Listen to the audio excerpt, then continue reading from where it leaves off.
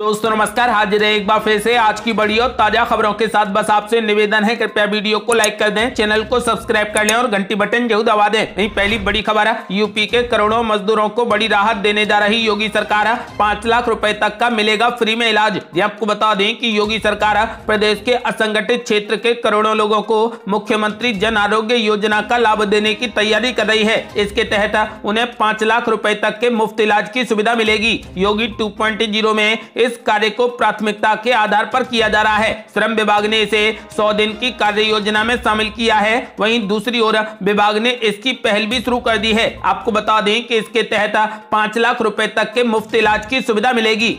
और बड़ी खबर, सरकार और किसानों के बीच में फिर से बड़ी तकरार। अब संयुक्त किसान मोर्चा ने ठुकरा दी समिति से जुड़ी पेशकश। आपको बता दें कि संयुक्त किसान मोर्चा ने सरकार की प्रस्तावित समिति में शामिल होने की पेशकश को ठुकरा दिया है। किसानों का कहना है कि सरकार ने लिखित के बजाय फोन कॉल पर आमंत्रण भेजा था। प्रधानमंत्री नरेंद्र मोदी ने बीते साल 3 कृषि कानूनों को वापस लेने का फैसला किया था। साथ ही उन्होंने किसानों की मांगों को लेकर एक समिति का प्रस्ताव भी दिया था, जिसके बाद प्रदर्शनकारी ने 13 महीने लंबे आंदोलन को खत्म कर दिया था। किसान नेता दर्शन पाल ने कहा कि कुछ भी लिखित में नहीं था। सरकार की तरफ से एक फोन कॉल आया जिसमें हमें 2 सदस्यों को नामित करने के लिए कहा गया। यह सरकार का अड़ियल रवैया है। आपको बता दें कि फिलहाल अब संयुक्त किसान मोर्चा ने समिति से जुड़ी पेशकश को ठुकरा दिया है। और बड़ी खबर, महंगाई को लेकर ममता बनर्जी ने मोदी सरकार पर बोला जोरदार हमला। कहा 11 दिन में 13 बार बढ़े पेट्रोल डीजल के दाम। ये यूपी चुनाव का रिटर्न तोहफा है। आपको बता दें कि महंगाई और पेट्रोल डीजल की बढ़ती कीमतों को लेकर पश्चिम बंगाल की मुख्यमंत्री ममता बनर्जी ने मोदी सरकार पर बड़ा हमला बोला है। उन्होंने कहा कि महंगाई से पैदा हुए आर्थिक संकट से निपटने के लिए मोदी सरकार के पास में कोई भी योजना नहीं है। इसलिए मौजूदा आर्थिक समस्याओं का समाधान तलाशने के लिए मोदी सरकार को सर्वदलीय बैठक बुलानी चाहिए। राज्य सचिवालय में संवाददाताओं से बातचीत में तृणमूल कांग्रेस प्रमुख ममता बनर्जी ने केंद्र की बीजेपी सरकार पर निशाना साधते हुए कहा कि यूपी विधानसभा चुनाव में मिली जीत के बाद केंद्र सरकार ने जनता को जीत का रिटर्न तोहफा दिया है। 11 दिनों में 13 बार पेट्रोल और डीजल की कीमतों में बढ़ोतरी हुई है। मुख्यमंत्री ममता बनर्जी ने आरोप लगाया है कि देश जल रहा है और बीजेपी साजिश कर रही है। इसके लिए सभी विरोधी दलों को अब एकजुट होकर मुकाबला करना होगा। बड़ी खबर, पेट्रोल डीजल की बढ़ती कीमतों पर राज्यसभा में भारी हंगामा। कार्यवाही दिन भर के लिए स्थगित। आपको बता दें कि पेट्रोल डीजल और रसोई गैस की कीमतों में लगातार हो रही वृद्धि के मुद्दे पर राज्यसभा में तमाम विपक्षी दलों के सदस्यों ने जोरदार हंगामा किया। इसकी वजह से उच्च सदन की कार्यवाही 2 बार के स्थगन के बाद दिन भर के लिए स्थगित कर दी गई। पीठासीन उपसभापति सस्मित पात्रा ने श्रम और रोजगार मंत्रालय के कामकाज पर हुई चर्चा का जवाब देने के लिए केंद्रीय मंत्री भूपेंद्र यादव का नाम पुकारा। इसी बीच तृणमूल कांग्रेस के नेता डेरेक ओब्रायन ने व्यवस्था का प्रश्न उठाते हुए कहा कि कई सदस्यों ने अलग अलग मुद्दों पर नोटिस दिए हैं। सदस्यों ने पेट्रोल डीजल और रसोई गैस की कीमतों में वृद्धि को लेकर भी नोटिस दिए हैं। डेरेक ओब्रायन ने कहा कि सरकार महंगाई और पेट्रोल डीजल व रसोई गैस की कीमतों पर चर्चा नहीं करना चाहती। इसके बाद विपक्षी सदस्यों ने हंगामा शुरू कर दिया। इस दौरान कुछ सदस्य आसन के निकट आकर नारेबाजी करने लगे। हंगामा इतना बढ़ गया कि राज्यसभा को स्थगित करना पड़ा। और बड़ी खबर, मस्जिदों में लाउड स्पीकर बजाने पर मचा बवाल। राज ठाकरे के बाद अब कर्नाटक के मंत्री ईश्वरप्पा ने दिया बड़ा बयान। आपको बता दें कि अब मस्जिदों में लाउड स्पीकर के इस्तेमाल पर विवाद बढ़ता ही जा रहा है। कुछ दिन पहले ही महाराष्ट्र नवनिर्माण सेना के प्रमुख राज ठाकरे ने मस्जिदों में लाउड स्पीकर की आवाज पर कड़ी आपत्ति दर्ज करते हुए कहा कि यदि इस आवाज को बंद नहीं किया गया तो हम भी लाउड स्पीकर से हनुमान चालीसा का पाठ करेंगे। अब कर्नाटक में ग्रामीण विकास और पंचायती राज मंत्री के.एस. ईश्वरप्पा ने भी कहा कि मस्जिदों के लाउड स्पीकर से कई लोगों को परेशानी होती है। के.एस. ईश्वरप्पा ने कहा कि मस्जिदों में लाउड स्पीकर के कारण ऊंची आवाज आसपास के विद्यार्थियों और यहां तक कि मरीजों पर बुरा असर डालते हैं। आपको बता दें कि फिलहाल उन्होंने मुस्लिम नेताओं को सलाह दी है कि वे देखें कि लाउड स्पीकर का इस्तेमाल उनके धार्मिक स्थल तक ही सीमित हो और उससे आसपास रहने वाले लोगों को कोई भी परेशानी ना हो। ईश्वरप्पा ने कहा कि राज ठाकरे या श्रीराम सेना सेना द्वारा मस्जिद में लाउड स्पीकर के इस्तेमाल को रोकने की कोशिश स्वाभाविक तौर पर मुस्लिम समुदाय को भरोसे में लेकर की जानी चाहिए। लंबे समय से शिकायत रही है कि सबसे सुबह और शाम को विद्यार्थियों और मरीजों को परेशानी होती है। आपको बता दें कि फिलहाल मस्जिदों में बजने वाले लाउड स्पीकर से अब विवाद बढ़ गया है। आपका क्या मानना है? क्या लाउड स्पीकर को हटाया जाना चाहिए? अपनी राय हमें वीडियो लाइक कर कमेंट बॉक्स में जरूर दें। अगली बड़ी खबर, योगी 2.0 में तेज हुई बुलडोजर की रफ्तार, करोड़ों की जमीन अवैध कब्जों से कराई गई मुक्त। आपको बता दें कि योगी 2.0 सरकार के आने के बाद बुलडोजर की रफ्तार तेज हो गई है। जैसा कि मुख्यमंत्री योगी आदित्यनाथ ने चुनाव के वक्त कहा था कि अभी 10 मार्च तक सभी बुलडोजर मरम्मत के लिए गए हैं और 10 मार्च के बाद बुलडोजर जमकर गरजेंगे। ठीक वैसा ही हो रहा है। सरकारी जमीनों पर अवैध कब्जे के खिलाफ कार्रवाई तेज हो गई है। सोमवार को अलीगढ़ और मऊ में बुलडोजर जमकर गरजा है। अलीगढ़ में प्रशासन ने जनपद भर में अभियान चलाकर सरकारी जमीन पर बने मकानों को ध्वस्त कर दिया। करोड़ों रुपए की जमीन कब्जा मुक्त कराई गई। इसके अलावा अतरौली में भी बुलडोजर जमकर गरजा है। सरकारी जमीनों पर बुलडोजर अतरौली व गवाना दोनों में जमकर गरजा। इसके अलावा मऊ में जिलाधिकारी अरुण कुमार के निर्देश पर सिटी मजिस्ट्रेट, क्षेत्राधिकारी, ईओ नगर पालिका के नेतृत्व में भारी संख्या में पुलिस फोर्स ने शहर कोतवाली अंतर्गत रेलवे फाटक के पास में 1 दर्जन से अधिक सार्वजनिक स्थानों से अवैध अतिक्रमण बुलडोजर के माध्यम से ध्वस्त कर दिया। इस दौरान सख्ती के साथ में कड़ी चेतावनी दी गई है कि किसी भी कीमत पर सार्वजनिक स्थानों पर अवैध अतिक्रमण को बर्दाश्त नहीं किया जाएगा। आपको बता दें कि योगी बाबा का बुलडोजर अब जमकर चल रहा है। अगली बड़ी खबर, 2024 से पहले अखिलेश यादव से बड़ा मुद्दा छीनेंगे मुख्यमंत्री योगी आदित्यनाथ। 100 दिन में 50,000 रोजगार देने का प्लान, 20,000 सरकारी नौकरी देने की तैयारी। आपको बता दें कि लगातार दूसरी बार सत्ता में आने के बाद योगी सरकार ने रोजगार के मुद्दे पर फोकस बढ़ा दिया है। 2024 को ध्यान में रखकर सरकार गठन के तुरंत बाद मिशन मोड में आ चुकी है। आपको बता दें कि मिशन मोड में आ चुकी योगी सरकार ने पहले 100 दिनों में 50,000 लोगों को रोजगार देने का प्लान तैयार किया है। इसमें 20,000 सरकारी नौकरी भी शामिल हैं। माना जा रहा है कि रोजगार पर फोकस करके सरकार विपक्ष से एक बड़ा मुद्दा छीनना चाहती है, तो युवाओं में रोजगार को लेकर कथित नाराजगी को भी दूर करने का प्रयास कर रही है। मुख्यमंत्री कार्यालय से मिली जानकारी के मुताबिक मुख्यमंत्री योगी आदित्यनाथ ने सख्त निर्देश दिए हैं कि युवाओं को रोजगार से जोड़ने का काम अभियान के रूप में किया जाए। सरकार ने 100 दिनों में युवाओं को 50,000 रोजगार के अवसर देने का लक्ष्य बनाया है। दूसरी पारी में शपथ लेने के बाद मुख्यमंत्री योगी आदित्यनाथ एक्शन में आ गए हैं। उन्होंने अगले 5 साल में यूपी में 5 करोड़ लोगों को स्वरोजगार देने का भी वादा किया है।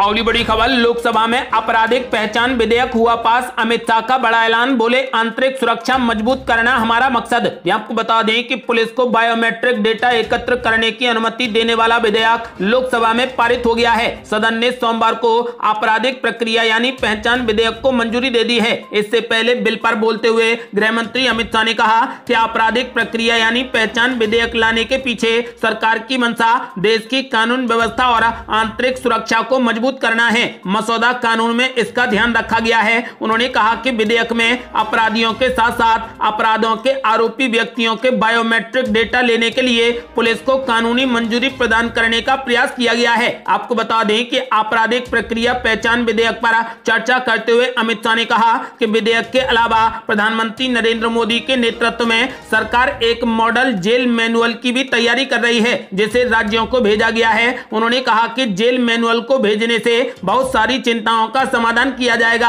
इसमें कैदियों के पुनर्वास, उन्हें फिर से मुख्य धारा का हिस्सा बनाने, जेल अधिकारियों के अधिकारों को सीमित करने, अनुशासन बनाए रखने, सुरक्षा जैसे विषयों से संबंधित विभिन्न प्रावधान हैं। साथ ही इसमें महिलाओं के लिए अलग जेल और खुली जेल बनाने की भी बात कही गई है। और बड़ी खबर, चंडीगढ़ को लेकर मचा बवाल, हरियाणा कांग्रेस के विधायकों की हुई मीटिंग, बोले विधानसभा में प्रस्ताव का करेंगे समर्थन। आपको बता दें कि हरियाणा कांग्रेस विधायक दल की बैठक आज हरियाणा भवन में हुई, जिसमें भूपेंद्र सिंह हुड्डा, दीपेंद्र सिंह हुड्डा जैसे बड़े नेता शामिल हुए। मीटिंग के बाद हरियाणा के पूर्व मुख्यमंत्री और कांग्रेस नेता भूपेंद्र सिंह हुड्डा ने कहा कि आज सीएलपी की बैठक में हमने चंडीगढ़ को लेकर पंजाब विधानसभा में पारित प्रस्ताव पर चर्चा की। इसका प्रस्ताव का हम पुरजोर विरोध करेंगे, क्योंकि चंडीगढ़ हरियाणा का हिस्सा है। भूपेंद्र सिंह हुड्डा ने कहा कि इसको लेकर कल प्रस्ताव असेंबली में आएगा, जो हरियाणा के समर्थन में रहेगा और हम इसका भरपूर समर्थन करेंगे। पंजाब के प्रस्ताव का कोई भी औचित्य नहीं है। उन्होंने कहा कि आज हरियाणा भवन में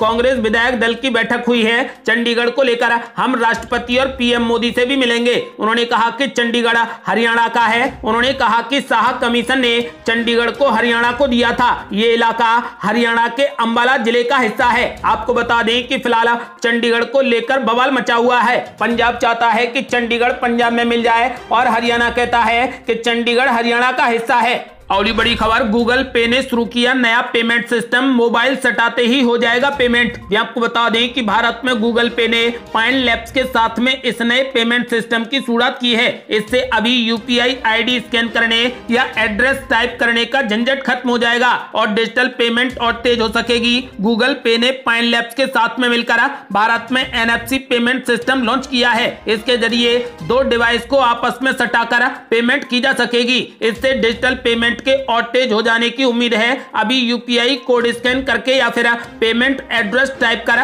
पेमेंट किया जाता है। एनएफसी के बाद इसकी जरूरत नहीं पड़ेगी। एनएफसी या फिर नियर फील्ड कम्युनिकेशन टेक्नोलॉजी एक छोटी रेंज वाली वायरलेस कनेक्टिविटी टेक्नोलॉजी है, जिसके जरिए कनेक्टेड डिवाइस आपस में जानकारी का तेज आदान प्रदान कर अपने आप पेमेंट हो जाता है। आपको बता दें कि फिलहाल गूगल पे ने अब नया सिस्टम शुरू कर दिया है, जिससे कि आप एक दूसरे डिवाइस से अपना मोबाइल टच करेंगे और आपका पेमेंट हो जाएगा। अगली बड़ी खबर, नवजोत सिंह सिद्धू ने पंजाब की आम आदमी पार्टी सरकार पर फिर उठाए सवाल, कहा यह जंगल राज है। आपको बता दें कि पंजाब कांग्रेस के पूर्व अध्यक्ष नवजोत सिंह सिद्धू ने एक बार फिर राज्य सरकार पर निशाना साधा है। उन्होंने राज्य में कानून और व्यवस्था की स्थिति को लेकर आम आदमी पार्टी सरकार की आलोचना की है। उन्होंने राज्य के मौजूदा हाल को जंगल राज बताया है। इससे पहले भी कांग्रेस नेता ने हाथापाई का एक वीडियो शेयर कर आम आदमी पार्टी कार्यकर्ताओं पर सवाल उठाए थे। सिद्धू ने लुधियाना में कहा कि मैंने पंजाब में ऐसी अराजकता पहले कभी नहीं देखी। कोई भी कानून और कोई भी व्यवस्था से नहीं डरता है। ये जंगल राज है। दिन दहाड़े हत्याएं हो रही हैं। राज्य में कानून व्यवस्था और शांति के अलावा कोई भी प्राथमिकता नहीं होनी चाहिए। हालांकि ये पहली बार नहीं है। कांग्रेस के सत्ता में रहते हुए भी नवजोत सिंह सिद्धू कई बार प्रदेश सरकार के खिलाफ सुर बुलंद कर चुके हैं। अगली बड़ी खबर, अब मोबाइल गुम हो जाने पर लिखी जाएगी एफआईआर, अगर पुलिस करे इनकार तो होगा बड़ा एक्शन। आपको बता दें कि मुंबई पुलिस के पुलिस कमिश्नर ने अपने ताजा आदेश में कहा कि मोबाइल गायब होने पर पुलिस स्टेशनों में एफआईआर दर्ज होगी। संजय पांडे ने अपने आदेश में कहा कि अगर पुलिस वाले एफआईआर दर्ज करने से मना करते हैं तो उनके खिलाफ आईपीसी के सेक्शन 168A के तहत कड़ी कार्रवाई होगी। मुंबई पुलिस अभी तक मोबाइल के गायब होने के मामले में सिर्फ मिसिंग रिपोर्ट दर्ज करती थी। ऐसे में सवाल ये उठता है कि पुलिस ऐसा क्यों करती थी और मिसिंग रिपोर्ट और एफआईआर में क्या फर्क होता है। इस मामले को लेकर अधिकारी से बात की गई तो उनका कहना था कि मिसिंग रिपोर्ट में पुलिस के लिए जांच करना जरूरी नहीं होता है। जैसे अगर किसी का मोबाइल गायब या चोरी हो गया तो उस शख्स को सबसे पहले अपना नंबर शुरू करना होता है। इसके लिए मोबाइल कंपनी सामने वाले से पुलिस में शिकायत की रिपोर्ट मांगती है। ऐसे में पीड़ित शख्स पुलिस से मिली मिसिंग रिपोर्ट की पर्ची सामने वाले को देता है और नई सिम मिल जाती है। मिसिंग रिपोर्ट दर्ज करने के बाद आगे जांच करना जरूरी नहीं होता है, लेकिन एक बार एफआईआर दर्ज होने के बाद पुलिस को मामले की जांच करनी ही होती है और पुलिस को अब अपनी जांच रिपोर्ट भी दाखिल करनी होगी।